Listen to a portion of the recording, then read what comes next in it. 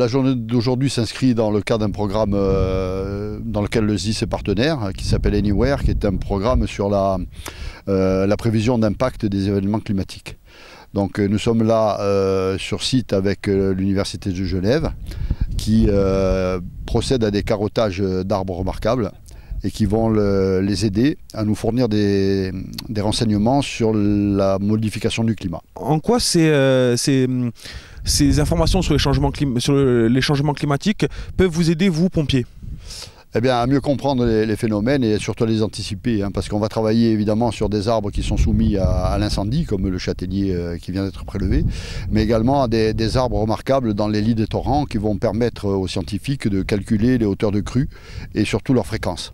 Parce que ce sont des torrents qui ne sont pas évidemment appareillés comme peuvent l'être les fleuves par Vigicru par exemple, mais dont les informations sont cruciales parce que les bassins versants de ces petits ruisseaux sont très fortement impactés par les événements climatiques comme celui qu'on vient de vivre il y a 2 jours. Les projets dans lesquels nous travaillons nous permettent d'acquérir et de développer des outils de prédiction, comme l'outil qui a été développé dans le cas d'Anywhere par la société Predict et qui nous permet de prévoir, mais dans des temps très courts et avec une fiabilité plus resserrée, c'est-à-dire avec une maille de territoire d'un kilomètre sur 1 kilomètre, les événements en cours pour les prochaines heures. Donc c'est quelque chose qui permet surtout d'anticiper et de mieux organiser les secours. Oui. Combien de temps va durer ce projet ?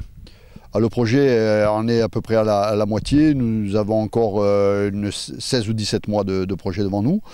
Pour finaliser justement, nous avons bientôt un workshop à Barcelone qui nous permettra de montrer bien que le projet avance et que les produits qui nous ont été fournis sont actuellement utilisés par le CODIS 2B et sans doute de les améliorer encore. On va prélever plusieurs échantillons sur plusieurs arbres. On va les analyser, donc on va poncer les surfaces pour pouvoir compter les cernes. Puis après, on va pouvoir dater les feux dans le passé, puis les sécheresses dans le passé avec une précision annuelle. Alors quel est l'objectif justement de détailler comme ça le climat d'avant ?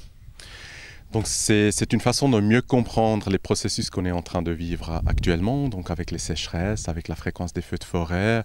Donc c'est de mettre l'activité des feux de forêt actuels dans un contexte de plus long terme, de mieux comprendre ces phénomènes dans un climat qui change, qui a toujours changé aussi dans le passé.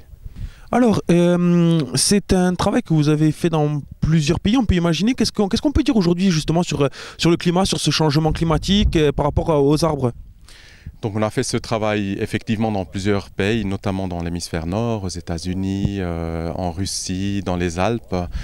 Donc on peut dire que le climat est effectivement en train de changer. Dans les Alpes, par exemple, dans les Alpes suisses, on a déjà une augmentation de 1,5 degré. Donc le but de l'accord de Paris, on l'a déjà atteint, ou bien on l'a déjà raté en quelque sorte. Donc on a déjà eu 1,5 degré depuis les 150 dernières années d'augmentation.